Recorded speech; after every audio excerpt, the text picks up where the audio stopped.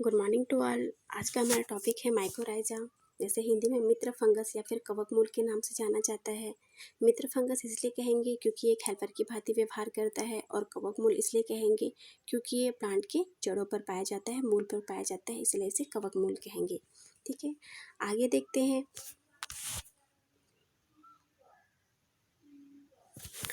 ये जो फंगस होता है इसका जो ग्रीक शब्द है, ठीक है, ग्रीक शब्द क्या है? ग्रीक शब्द से बना हुआ है, जिसमें माइको का मतलब होता है फंगस और रीजा का मतलब होता है रूट। ठीक है, तो रूट में पाए जाने वाले फंगस या फिर फंजाई को क्या कहेंगे? माइकोराइजा। ठीक है, रूट में पाए जाने वाले फंगस को माइकोराइजा कहेंगे। ग्रीक शब्द से बना हुआ है, जिसमें माइको का मतलब होता है फंगस और रीजा का मतलब होता है रूट। ठीक, आगे देखते हैं इसकी डेफिनेशन के बारे में। ठीक है, तो डेफिनेशन कैसे बोल सकते हैं? Symbiotic association between fungi and root higher plant. तो उच्च वर्गीय पौधे किसको कहेंगे? उच्च वर्गीय पौधे, जिसके अंतर्गत जिम्नोस्पर्म और एंजियोस्पर्म के पौधे आते हैं, प्लांट आते हैं। तो उच्च वर्गीय के पौधों में पाए जाने वाला सहजीवी संबंध, ठीक है, उच्च वर्गीय पौधों में पाए जाने वाला सहजीवी संबंध से क्या कहेंगे? माइकोराइजा। आगे देखते हैं।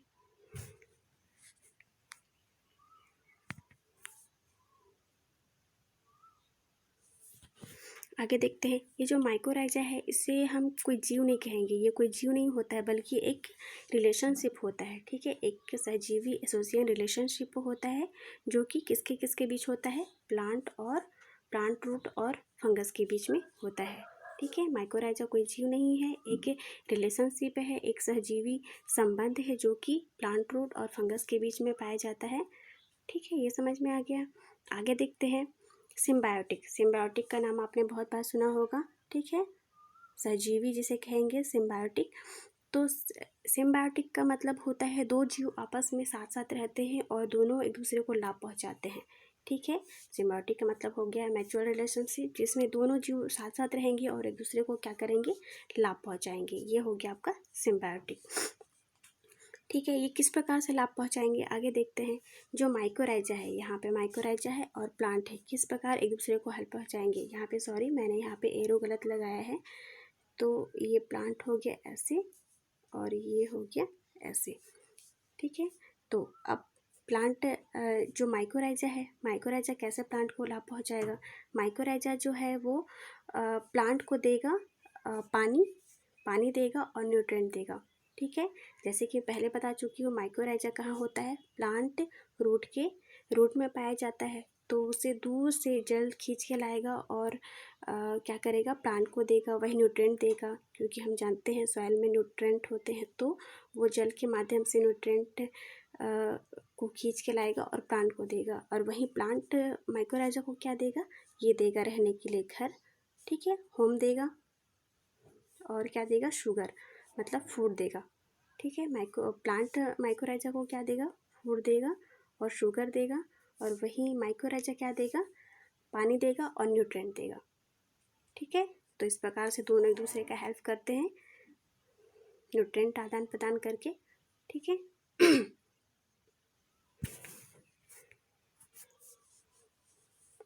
ये डायग्राम से समझ सकते हैं। ठीक है, ये ऊपर वाला भाग हो गया, ये रूट हो गया, और यहाँ पे जो है वो क्या करेंगे? माइकोराइजा पाए जाएंगे। ठीक है, माइकोराइजा फंगस पाए जाएंगे, क्योंकि फंगस में तो रूट होता नहीं है। ठीक है, फंगस में क्या होता है? फंगस में रूट पाए नहीं जाते हैं, उसमें माइसीलियम पाए जाते हैं, हाइफी पाए जाते हैं। तो फिर ये साथ साथ में रहेंगे, और यहाँ जहाँ तक ये रूट है उसके बाद मान लीजिए यहाँ पे बनाते हैं।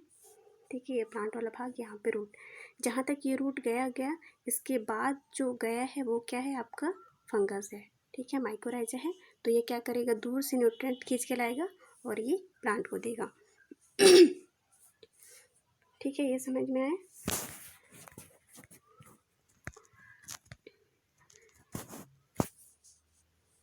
आगे देखते हैं टाइप के बारे में। तो माइकोराइजा के टाइप के बारे में बात करें तो ये दो प्रकार का होता है। पहला जो है वो है एक्टोमाइकोराइजा, ठीक है, और दूसरा है एंडोमाइकोराइजा। तो एक्टोमाइकोराइजा क्या होता है? एक्टो मतलब होता है बाहर, ठीक है, तो इस वाले माइकोराइजा में, एक्टोमाइकोराइजा में फंगस जो होते हैं, ठीक है, फंगस होते हैं वो प्लांट सेल के बाहर में पाए जाते हैं, ठीक है। ये आपका प्लांट सेल है मान लीजिए, ठीक है, और ये जो है बाहर में आपकी फंजाई है। तो एक्टोमाइकोराइजा में प्लांट सेल के बाहर में पाए जाने वाले फंगस को एक्टोमाइकोराइजा कहेंगे। और वहीं एंडोमाइकोराइजा, एंडो का मतलब होता है अंदर की ओर। तो इस प्रकार के माइकोराइजा में फंजाई कहाँ रहेंगे? प्लांट सेल के अंदर उपस्थित होंगे, ठीक है, प्लांट सेल के अंदर उपस्थित होंगे, जिसे कहेंगे एंडोमाइकोराइजा। तो ये दो प्रकार के हो गए, एक्टोमाइकोराइजा और एंडोमाइकोराइजा। एक्टोमाइकोराइजा में प्लांट सेल के बाहर में फंगस उपस्थित होते हैं, वहीं एंडोमाइकोराइजा में प्लांट सेल के अंदर में फंजाई उपस्थित होते हैं।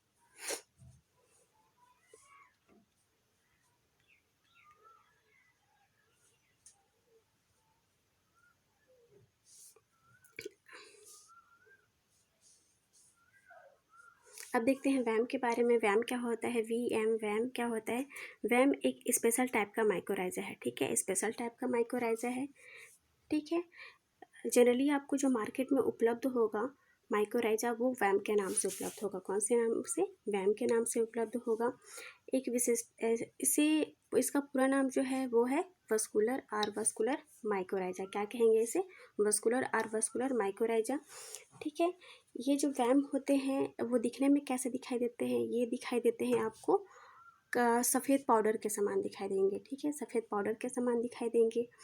और प्राकृतिक रूप से जो माइकोराइजा जिम्नोस्पर्म और एंजियोस्पर्म के प्लांट में तो मिलते ही हैं, लेकिन इसे एडिशनल रूप से प्राप्त किया जा सकता है, ठीक है, एडिशनल रूप से भी हम उन पौधों से प्राप्त कर सकते हैं और मार्केट में ये मिलते हैं। और जो खेतों पर जो उपयोग किया जाता है वो प्राकृतिक रूप से पौधों पर रहते हैं, लेकिन किन्हीं किन्हीं पौधों पर इसे एडिशनल रूप से भी प्रयोग किया जाता है, ऊपर से छिड़काव किया जाता है, या फिर ड्रिप के माध्यम से घोल बनाकर पौधों को दे दिया जाता है, या फिर सीड ट्रीटमेंट किया जाता है, बीजों में डाल दिया जाता है, जिससे क्या होता है जो जर्मिनेट अंकुरन की क्षमता होती है वो जल्दी होने लगती है, ठीक है। कुछ वैज्ञानिकों के अनुसार देखें तो ये जो वैम के उपयोग के बाद, जो माइकोराइजा का उपयोग करने के बाद में 37 से 40% जो है वो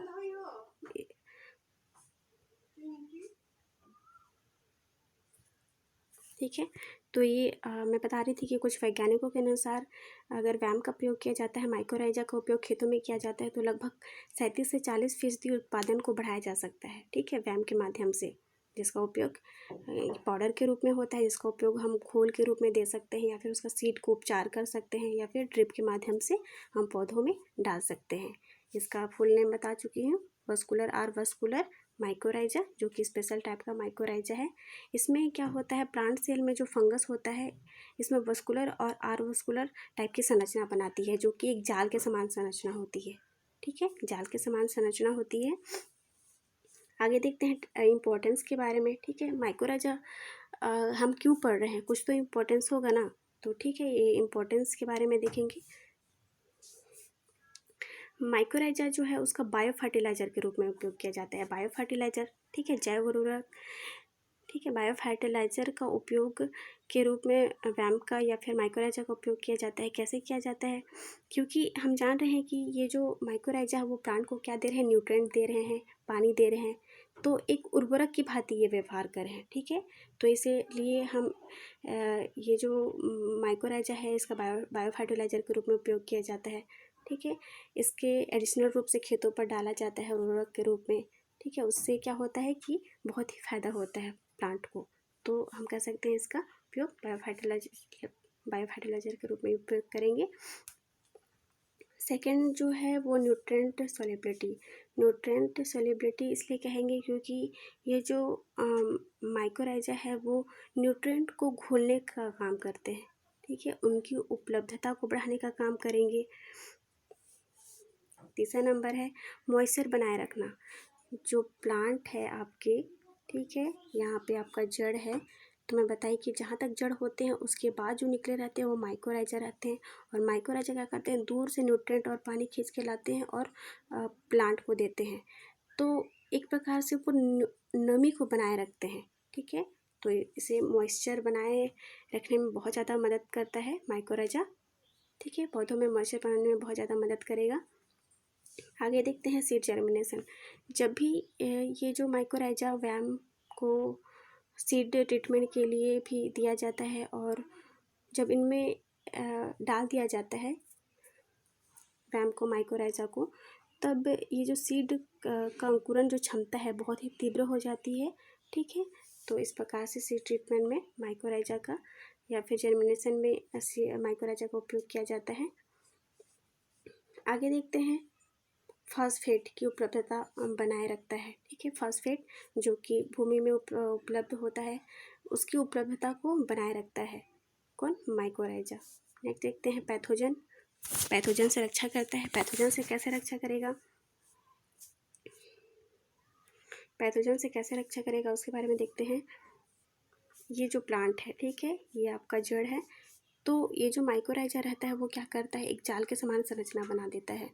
तो जाल के समान संरचना बनाने के कारण इसमें कोई भी पैथोजन, अन्य बैक्टीरिया जो वायरस रहेंगे वो प्लांट पर अटैक नहीं कर पाएंगे, ठीक है। उनको क्या करे, जो नेट ये जो जड़ है उसको पूरी तरह से फंगस घेर लेगा और कोई भी बैक्टीरिया वायरस अटैक नहीं कर पाएंगे। कैसे, क्योंकि ये जो फंगस है वो जाल बना देते हैं। अब उनको ये जो बैक्टीरिया है उनको जड़ तक पहुंचने के लिए सबसे पहले क्या करना पड़ेगा, इन फंगस से, माइकोराइजा से लड़ना पड़ेगा। तो इस प्रकार से अन्य पैथोजन से भी ये जो माइकोराइजा है वो प्लांट की रक्षा करते हैं, ठीक है।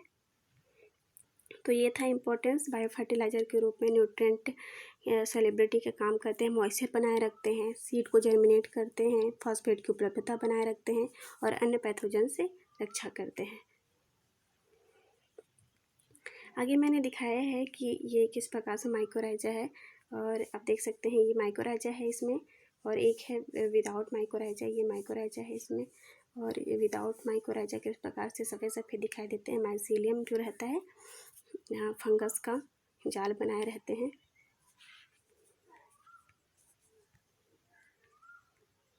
यहाँ पे आप देख सकते हैं रूट में किस प्रकार से माइकोराइजा आपको वाइट वाइट दिखाई दे रही है। प्राकृतिक रूप से माइकोराइजा है, जबकि एडिशनल रूप से जो इनको अलग से वो किया जाता है, ठीक है। माइकोराइजा आगे है, ये है आपका एक्टो और एंडो माइकोराइजा, ठीक है। आप देख सकते हैं एक्टो माइकोराइजा और एंडो माइकोराइजा। एक्टो में क्या होता है, बाहर की ओर माइकोराइजा उपस्थित होते हैं और एंडो में अंदर की ओर माइकोराइजा उपस्थित होंगे। तो ये था हमारा माइकोराइजा के बारे में कुछ सामान्य जानकारी।